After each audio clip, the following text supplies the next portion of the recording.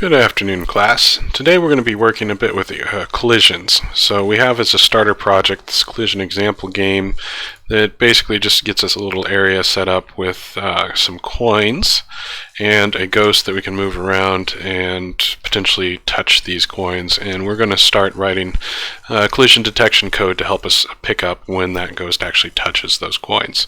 So we have the example game, we have a coin sprite class and a slime ghost sprite class. So we have a number of coins, we just create an array of those, a single slime ghost, and a sprite font to draw the number of coins left, which we're storing there. And this should be pretty straightforward and familiar to you at this point, because we're just initializing a number of coins using the array syntax initializer. We go ahead and set the amount of coins left to the length of the resulting array. We initialize our ghost sprite, we load the content for all of those different pieces, we update the slime ghost, and if we look at its update method, we're actually doing the keyboard and game controller, gamepad logic there, so that's just built into that class now for this particular example, and then we do our rendering. So pretty straightforward. After having worked through the sprite example, this should be all very familiar to you. What we want to do now is start adding support for collisions. So we're going to actually start by adding another folder just to keep our collision code separate from our main game code. And I'll call this folder collisions. And inside of that, I'm going to create a our different bounding shapes. So to start, let's just go ahead and use a circle, because a circle will actually fit really nicely with the coin sprite, as we would expect. And if we look at this ghost sprite, we can actually kind of picture this part of the ghost as a circle. So we'll leave out these kind of tailing fringes, but we could represent that as a circle pretty easily as well. So let's go ahead and in this collisions add a new object. We're going to call this bounding circle. So we'll create a struct representing circular bounds. And like we said, we'll use a struct rather than a class, because a struct is a value type, and therefore when we pass it to functions, it actually just gets copied, and there are certain advantages to that in terms of memory consumption and how we're working with that in a game. For something small like this, it really is not going to have a lot of data associated with it. In fact, let's think about what does a circle need to define it. Well, it needs a center, and it needs a radius.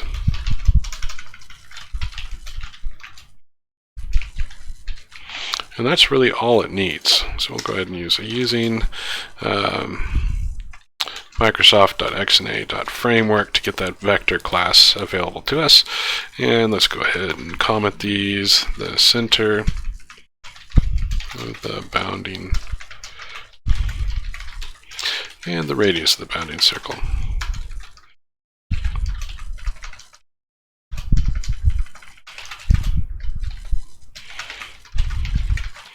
And while structs are not classes, we can actually initialize with a constructor a struct. The difference is, if we do that, we have to set explicitly all of the fields. So all the fields have to be set before the constructor finishes its execution.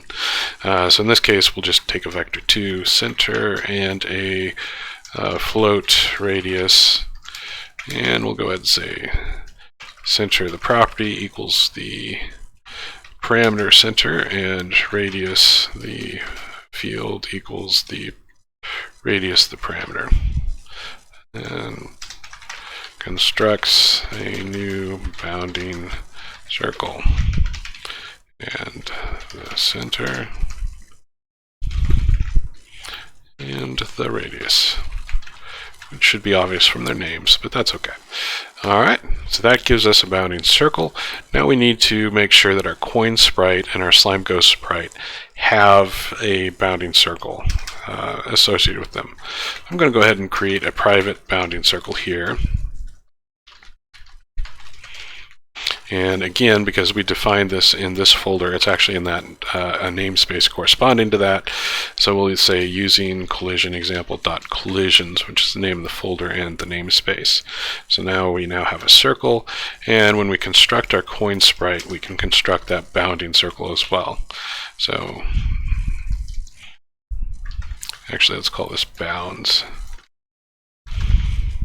So this dot bounds equals a new bounding circle, and our radius will just use the position, the center will use the position, and then we need to provide a radius value here, which this coin is actually 16 pixels in width and height, so the radius would be 8. Now the other thing we want to do is we want this, basically this bounding circle, since it's centered on the position, we want that to also be reflected in how we're drawing the sprite. So if you actually look at how we're drawing the sprite, we're actually drawing it with the upper left hand corner being our position. So this is actually going to leave our circle being drawn of the coin sprite will be centered on, or we'll use the upper left hand corner, and our bounding circle will be up and to the left 8 pixels each direction because it's centered on that point. So we either need to shift the origin when we're drawing, or up here when we declare this, we'll need to shift the position backwards by 8. So we can do a new vector2 8 8 is one of the possible ways we can do that. So that'll move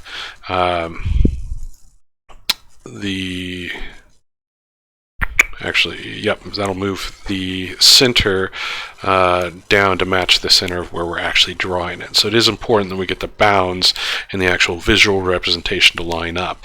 Otherwise, we'll get weird things where we can collide with it when we're not quite on top of it, which can be confusing to the player, and obviously is not what we're after. Now, in this case, because we're only doing this on when we construct, this is really not that expensive. If we were actually having to move this around a lot, which we don't with the coins, if we're moving around a lot, I would say actually move the origin when you're drawing so that they line up, so it will match what our expectations are. In this case, this should work absolutely fine. Then if we go look at our slime ghost sprite, we're going to also create a bounds here.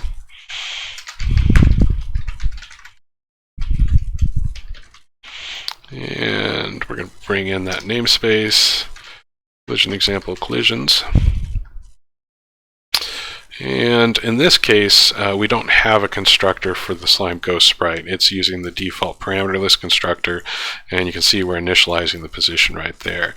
So for this circle, we could also do the same thing, do a new bounding circle.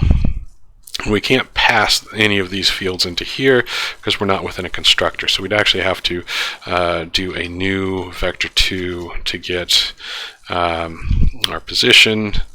And in this case, it looks like we're using 200, 200. And then we need our radius, which to find out how big our sprite actually is, we could look at our draw, but notice we're using position and we're not using a source rectangle, so we really don't know how big this is. But we are scaling it to be 1/4 of that size. So if we go ahead and look at our ghost here, and we can open it in Windows, just go to Properties in the drop-down menu, and if we come into the details, we'll notice that it is 128 by 152, so 128 pixels wide, and just a little bit longer because it's got kind of that trailing tail. So 128, and we can come up. So that 128 actually represents the entire width of the sprite. We want a radius, so we would have this because the full width would be the diameter, so half of that would be 64, and then we need to scale that down by 1/4. So 64 divided by 4 is going to be 16. So our radius is actually going to be 16 pixels. And then if we come back down here and notice as well, when we are supplying an origin, but notice that our origin is the upper left hand corner. We're not actually shifting this. So either, again, we're going to have to change the position vector above, or we need to change this origin. Now in this case, this origin is being expressed in the actual non-scaled coordinates. So this would still be 64 pixels down would be half the, or 64 pixels over would be half the width, and 64 pixels down would be just under half the height. And that'll put that center, basically centered in the bulbous part of the ghost, which is what we want. So let's go ahead and use that. And now we have the bounds. The other thing is, because this ghost is actually moving, this bounds object needs to move as well. So if we come into our update, the very last thing we're going to do is we're going to say bounds.center equals our position vector that has been updated throughout all of this logic.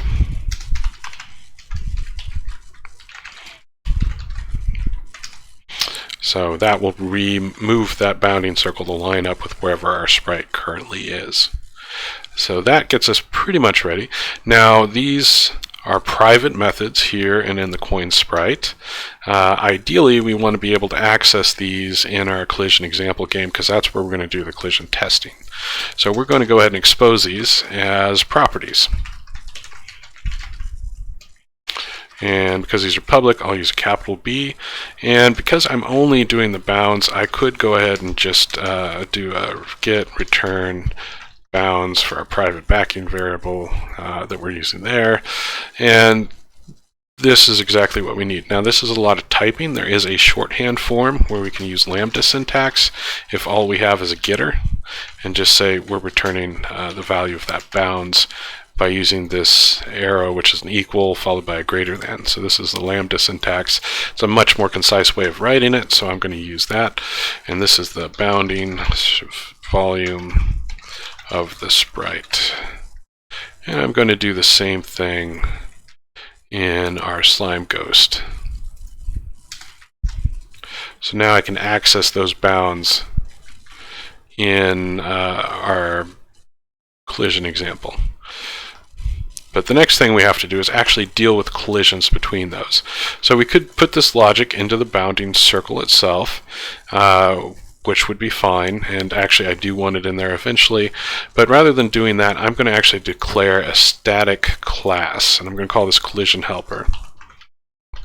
And we'll see why in a minute, but for now I'm just going to declare a public static class collision helper, and I'm going to do all my collision methods in here as static methods.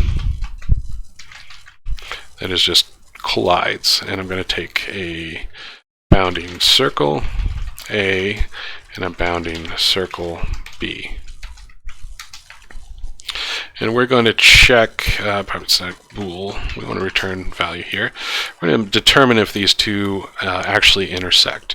And for circles, this is actually relatively easy. So if you picture two circles, now I want to picture you drawing a line from the center of one circle to the center of the other circle.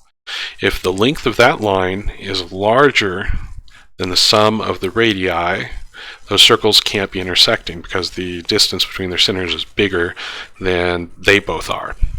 Now, if the distance is equal to the sum of the radii, or the distance, sum of the radii, then they are touching.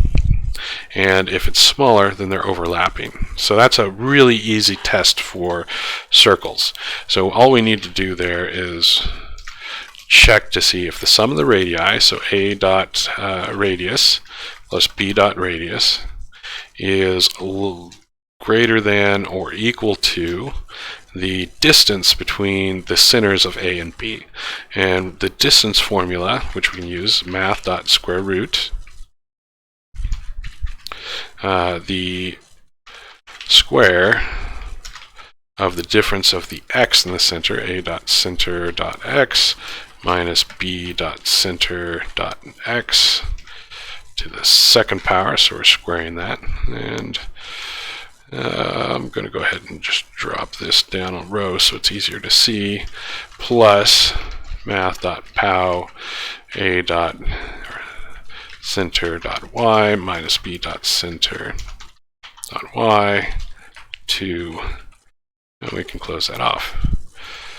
So this would actually tell us if the two are colliding. So if these two radii, the sum of those, is greater than or equal to the distance between the two centers, we know that they have to be colliding. They're either touching or colliding.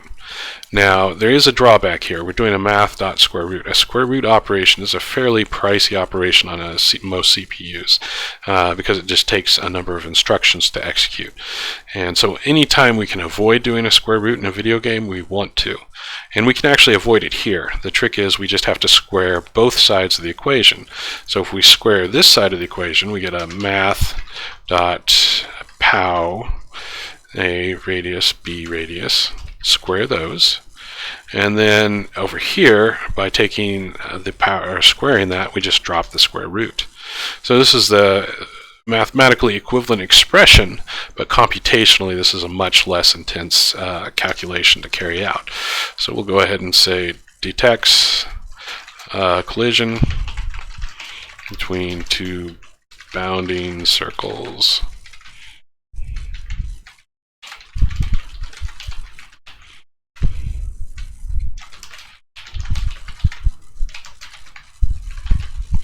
and it returns true for collision. Okay, so that is our nice collision helper, and because we've written it here, we could just use it directly there, but we can also re-implement it over here by just invoking that method. So we can say public, add a method here, collides with bounding circle other, and return collision helper dot collides this and other.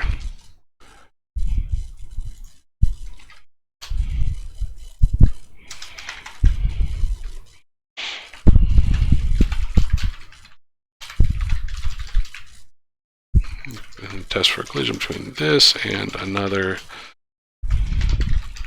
bounding circle.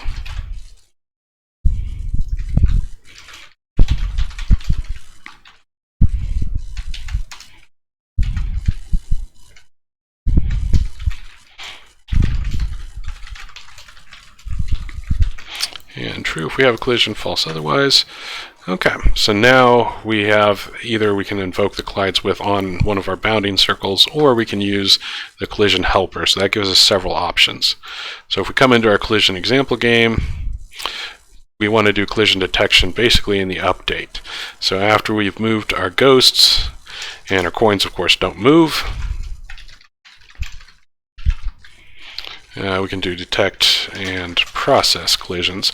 And because all we care about is collisions between the ghost and the coins, we can actually just go through all of our existing coins. So for var coin in coins, and check them to see if they collide with the ghost. So coin dot bounds dot collides with, and then our slime ghost dot bounds. So if this happens, we need to do something in our logic to show that that's happened, and this should be for each. So one thing we could do is we could, for example, maybe take our slime ghost, and let's maybe make him change colors when he captured or is over the top of a coin. So we'll do public color, and here I'll use the auto property syntax. And by default, I want it to be color.white.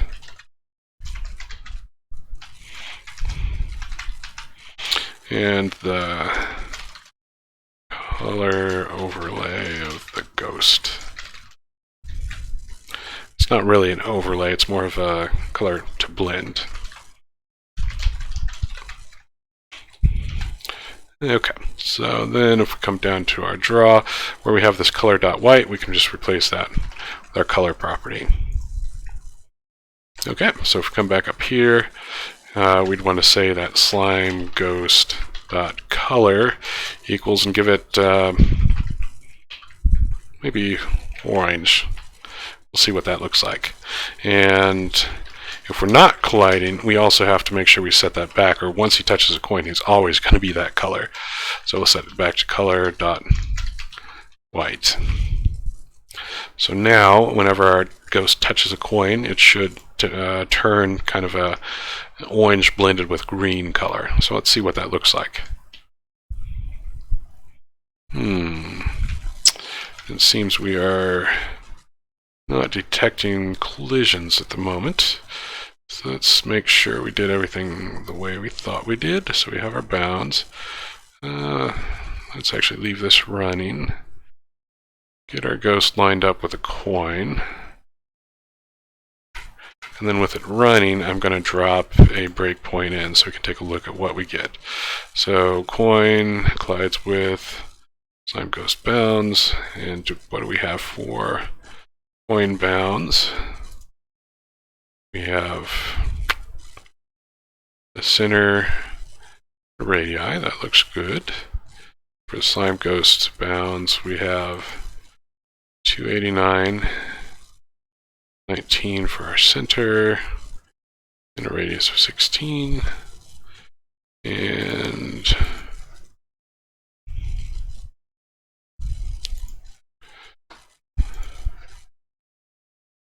well, that seems about right. Let's double check things. So if we look at our slime ghost, we're setting the center to the position, and our bounds, new bounding circle. Set that center, we set that radius.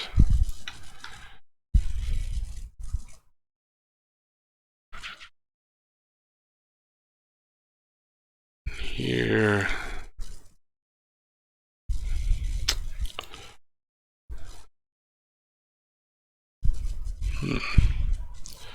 Let's make sure that our circle is being drawn where we think it is. So one of the things we can do, let's just add a little visual debugging. So we're going to go ahead and open this with the content tool. There we go. I'm going to add a new item, or an existing item. Go to my downloads and find the ball we used in one of our earlier examples.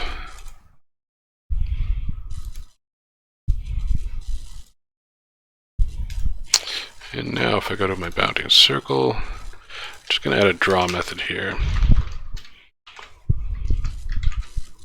Or actually not even there. I'm just going to load the ball in the collision example game.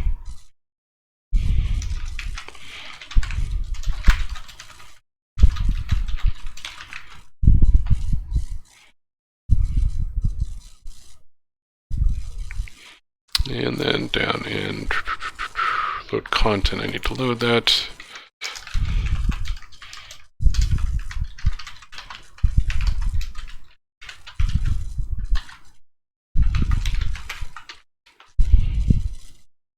And down in our draw, for each coin, I'm going to also draw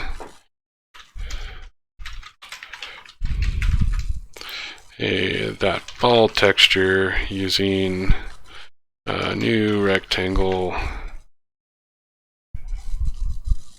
Actually, we'll use the coin dot center bounds dot center dot x. Now let's go ahead and make a var x equals new rectangle. Take this up,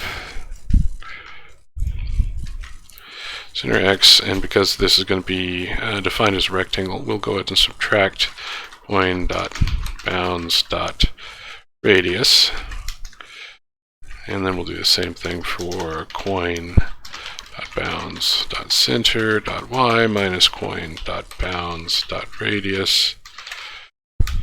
And then coin.radius bounds.radius and coin.bounds.radius. So this will be a rectangle which aligns with our center, or where we're actually trying to draw.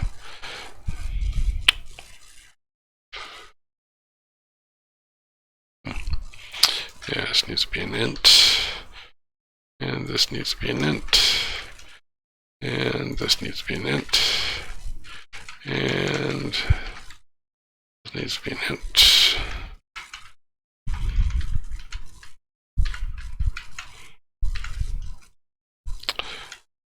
So then we'll draw this at that rectangle.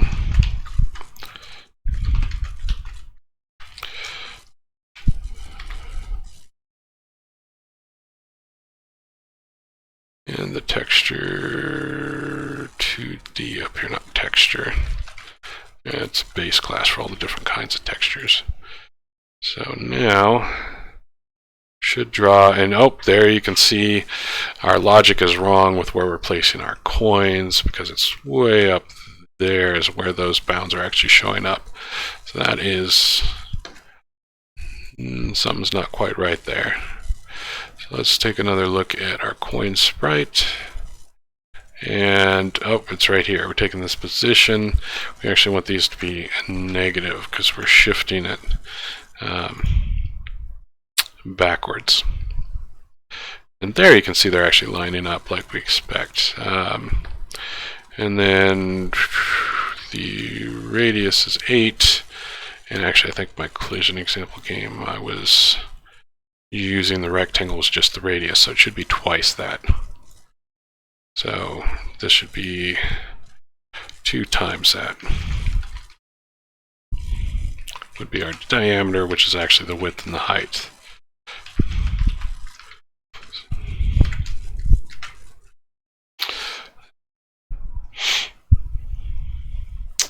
So there you can see now our coins are completely covered up, so that's showing us the actual collision shape of those bounds of the coin.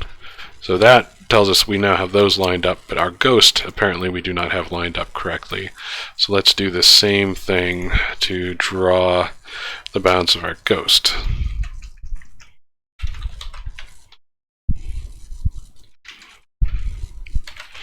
I'll just go ahead and use the texture of the ball again, and in this case we still have to create a rect. Instead of the coin, it'll be slime ghost.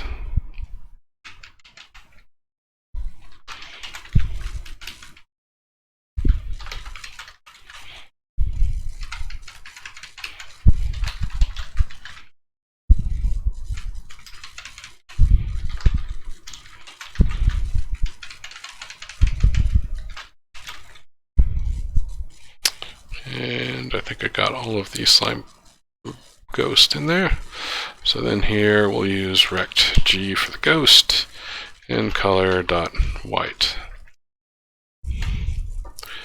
Okay, now if we run this again, we should also see the bounding sphere of our ghost.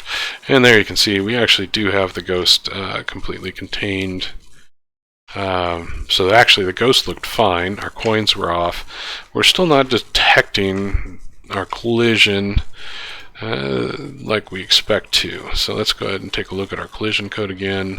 So slimeghost.color, we set it to orange or to white. Let's make this a little stronger. Let's just go red.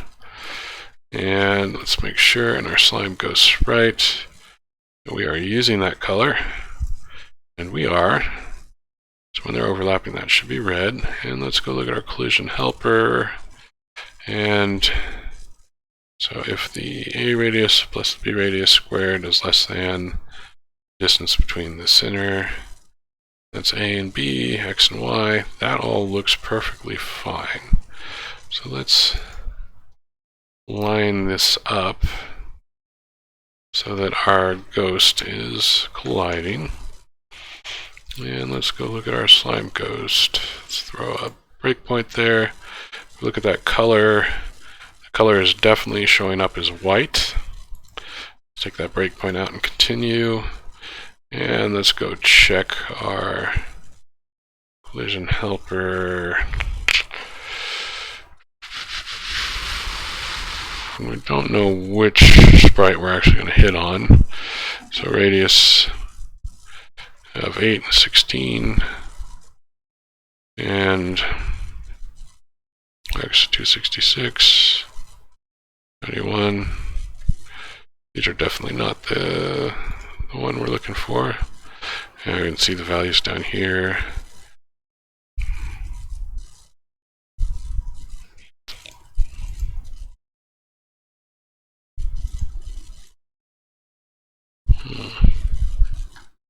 So 152. Something near to 152. Well, that would be this one. So 151 and 318, 317. So we are very close to one another on that one. So we step over this whole expression. What are we getting for a return value there? It's not going to give us that. 151 minus 152 would be -1, squared would be +1. And come on, 318 minus 317 would be 1, squared would be about 1. So that should be less than 816 squared. Expect that to be returning a value of true. Back. And we'll step in. And we're definitely setting the color. I step over that. Now our color is red.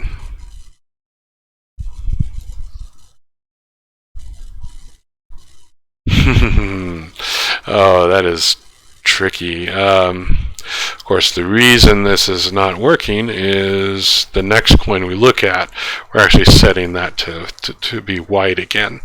That is all entirely on me, because when I did the example of this, I actually did the coins is what I was changing the color of. So let's move that white outside of this loop. So we'll start with it white, and if we're colliding with any coin, then we're going to change it to red. And now, take out our breakpoint. There we go. So now we're seeing that collision. And now that we have that, let's go ahead and take out our debug drawing.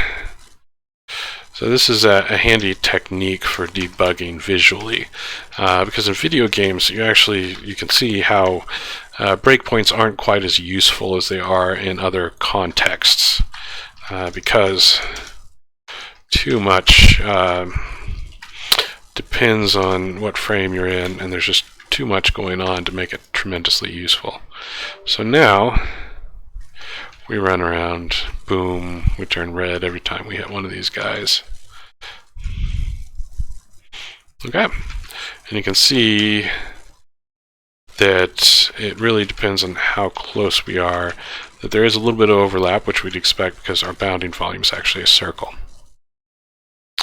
Alright, let's go back and let's do it with rectangles.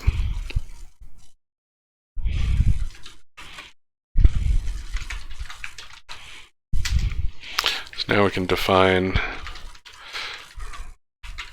a bounding rectangle structure.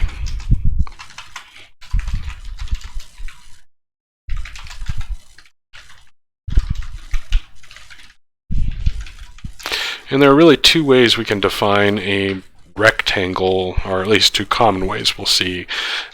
We can either do a x and a y coordinate,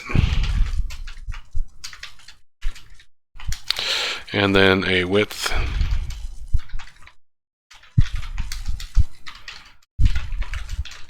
which is the dominant way that we do it in Windows programming, and also you'll see that's how x and a defines theirs. The other way we can do it is more like what web development tends to do, where we do a float left, public float right, public float top, public float bottom. But to do that, so we have to pick one of these, and since this is kind of the dominant paradigm, I'm going to go with that. But this actually is extremely useful in certain circumstances to have these values, so I'm going to actually just add those as properties so that we can grab them. Now these are going to be read-only properties, but this way when I'm doing the collision detection, I have these accessible to me. So the left and right are just the x and y respectively. The top would be the y. Sorry, the left would be the x, the right would be our x plus our width, and then our top would be our y, and our bottom would be y plus our height. Because remember, the y-axis increases in a downward direction when doing screen coordinates. And then we go ahead and do a constructor potentially. And in this case, we could do float x, float y, float width, float height.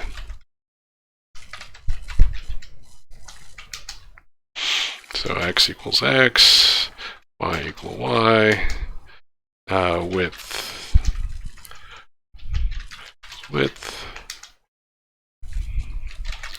height equal height. But since we know we're probably going to see this as a vector, we could do a second constructor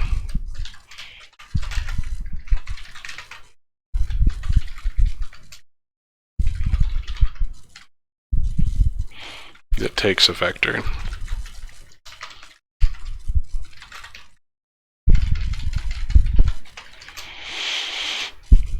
And you can do as many of these as you want. So the x would be position.x, y would be position.y, and width would be width, height would be height, and then we have to bring in the x and a namespace in order to be able to access the vector. Okay, and we want to go ahead and comment all of those. I'm going to skip over that for right now. Okay, so that gives us a bounding rectangle. And if we jump back to our collision helper, now we can deal with rectangle on rectangle collisions.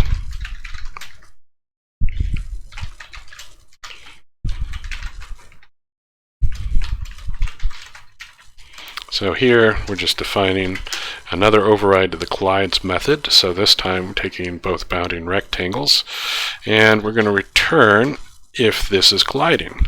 So how can we do this with a box or with rectangles? Well, we could check to see if it's overlapping in any of the given directions, and that's actually very possible, but it is a lot of comparison operations, and it gets a bit messy to kind of reason through. It's a lot easier to think about it in terms of, is one rectangle to the left of the other rectangle, above the other rectangle, to the right of the other rectangle, or below the other rectangle. If any of those cases are true, if they're separated on one axis, we can say that they're not colliding. So we can actually reverse the question, say, are they not colliding? And then reverse that to get back to, are they colliding?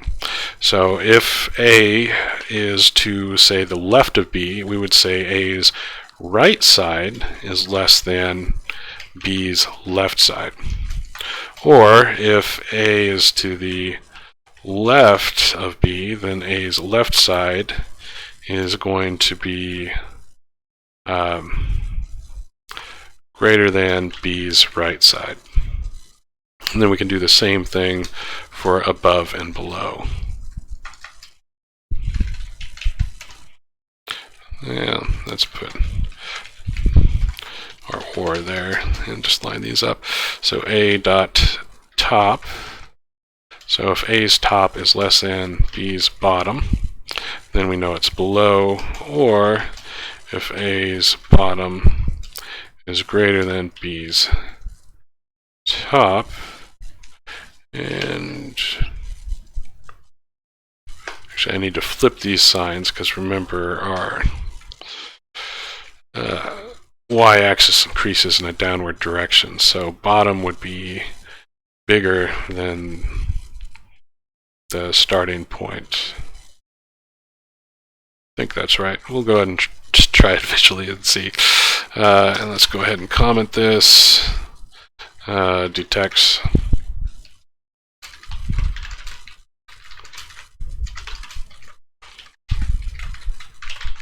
Between two bounding rectangles.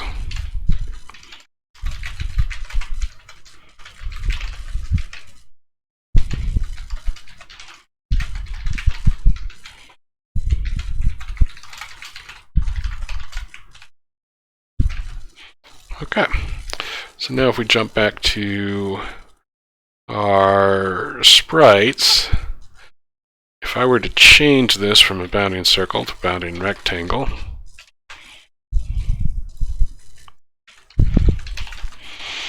I would need to create a bounding rectangle here.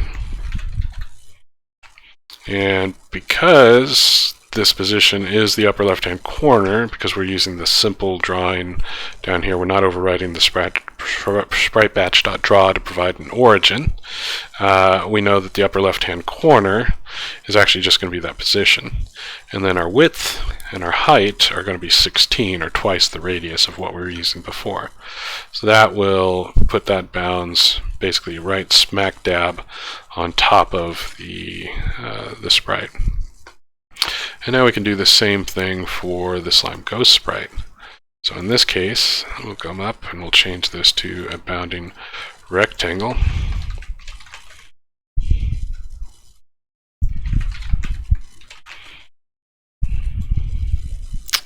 And in this case, the width and height is 32. We'll go ahead and leave that at 200, 200. And if we come down to how we're rendering this guy, we are rendering him 60, or sorry, yeah, we're setting that origin to 64, 64, which is halfway through the sprite. So up here, we actually want to take 200 minus the 16 to be halfway through. So that should get it lined up with where this is actually being drawn.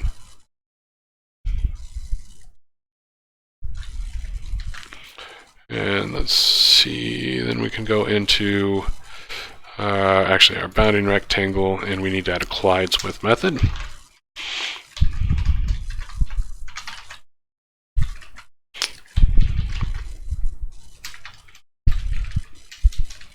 And we'll just invoke and return the value of our static collision helper dot collides this and other, which these are both bounding rectangles.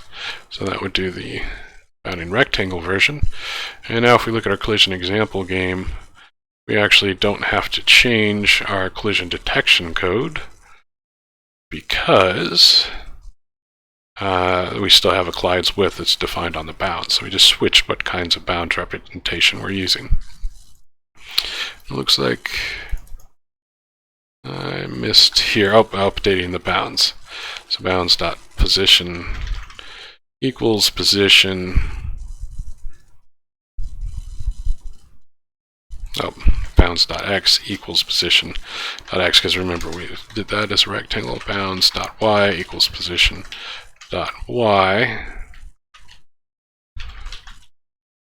And then because we're drawing this with that center offset, we're going to have to go ahead and make sure that we also subtract 16 from both of those. And now if we run that, so we get our ghost over to a coin, and boom, we have our collision detection. And notice as soon as we get past the edge of the rect, we stop collecting. Okay, so that kind of shows how easy it is to do specific types of bounding detection between the same type of object. But what if we want to do maybe one be a circle and one be a rectangle?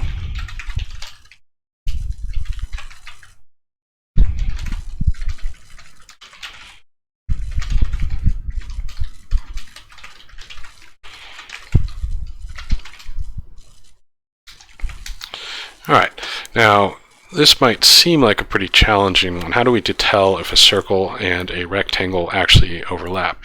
And there's actually if you think about a number line and you look at your rectangle projected on a number line, you look at your circle projected, you have the center and then you have a box, and you can find the nearest point of that center to the box. It can either be inside the box somewhere, to the left or to the right.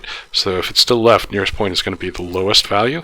If it's to the right, the lowest is going to be the rightmost value, or it's going to be in the center. Mathematically, we call that a clamp, and we can do that across both axes. So we can say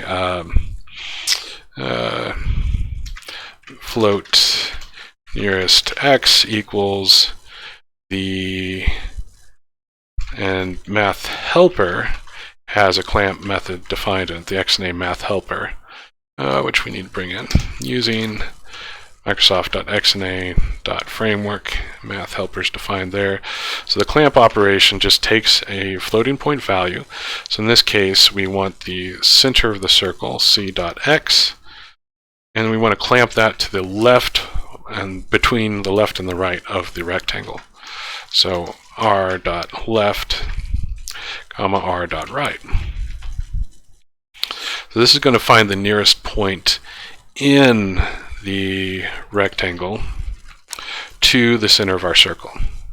I'm going to do the same thing for the nearest y.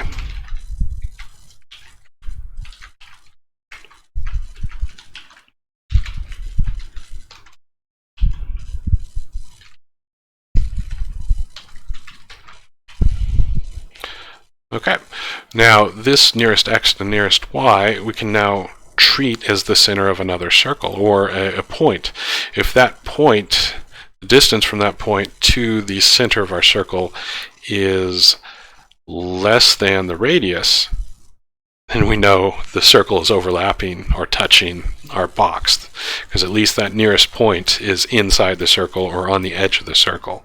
So we can use essentially the same version of this test that we're using up here. It's slightly different because we don't have two radii now, we only have one circle. So c.radius is the only one we care about, but we are going to go ahead and square it so we can get rid of the square root, and it would be c.center x and c.center y, and we're subtracting the nearest x and the nearest y. So the nearest point on the rectangle, and we're basically saying, is that nearest point inside the circle?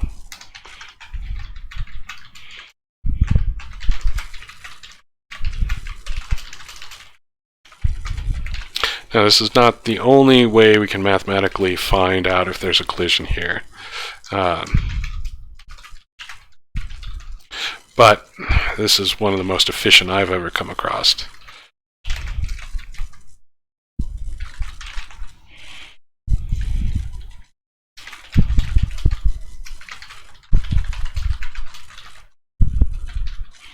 And now the reason we put all this in a static helper class starts to become clear, because we can go to our bounding circle and add another collides with.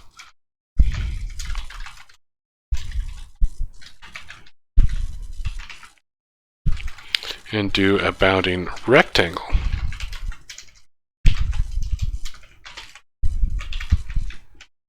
If I could type,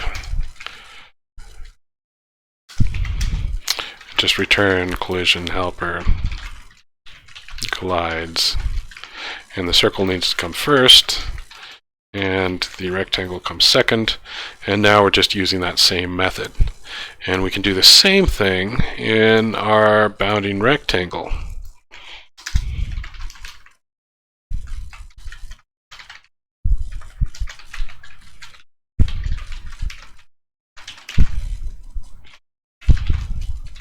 In this case, the other thing we're colliding with is going to be a bounding circle. So we can return collision helper, collides, and this, we want our other first because it's the circle, and this because we're the rectangle. And we could also, if we wanted to go back to our collision helper, and if you wanted to be able to express it either way, we could also say public static bool collides bounding rectangle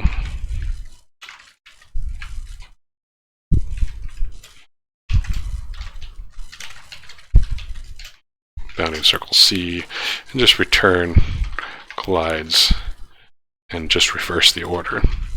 So this way you could actually do either direction with the collides, the rectangle first or the circle first, and it would still do what you're expecting it to do. So there's a lot of flexibility here, but the nice thing is by defining it in this kind of static helper class, we only write this code once and we can use it in all these different places. Alright, so now if we go back to especially our coin sprite, it really makes sense for our coin to be represented with a bounding circle.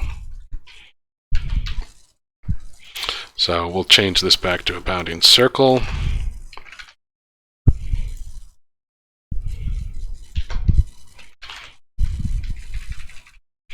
And of course we have to subtract a vector 2 for the radii, or add a vector 2 with those both negative. And we only need the radius, which is 8 instead of 16.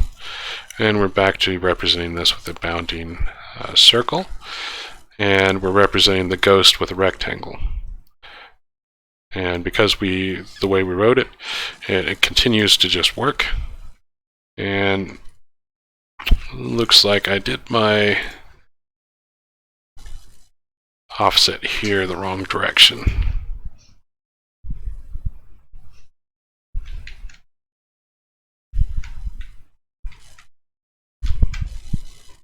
So you can see there, now we're colliding a rectangle on a circle.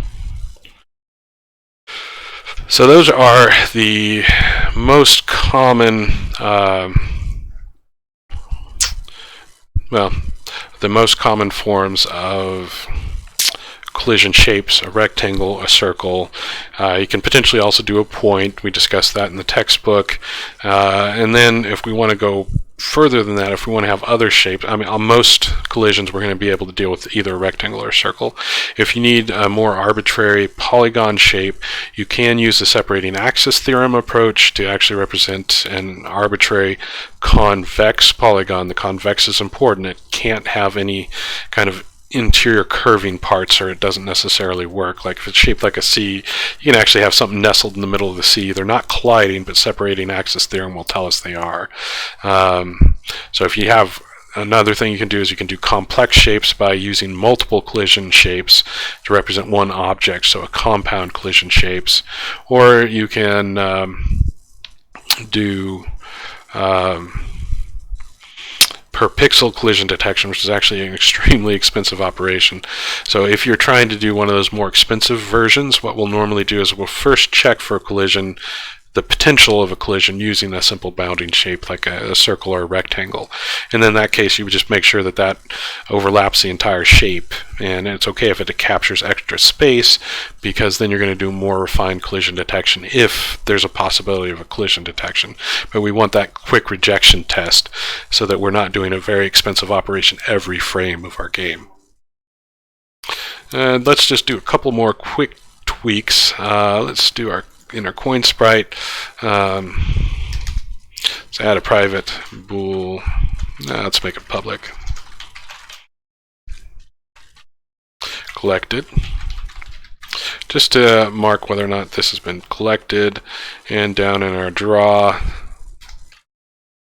if collected, return. So we just won't draw it if we actually have this collected value set, and the default will be false. So when we construct these, they're not collected.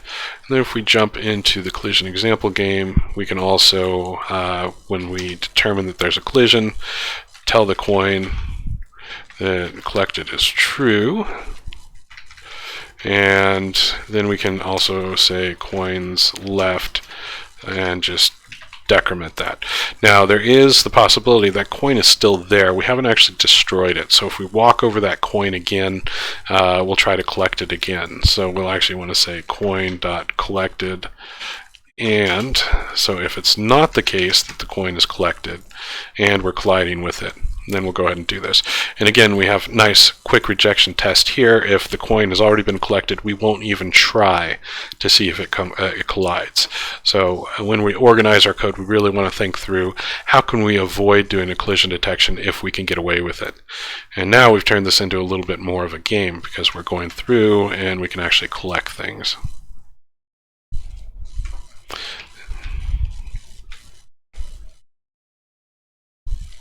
And that wraps up our discussion of collision detection. So we'll see you next time when we start looking at how we work with sound.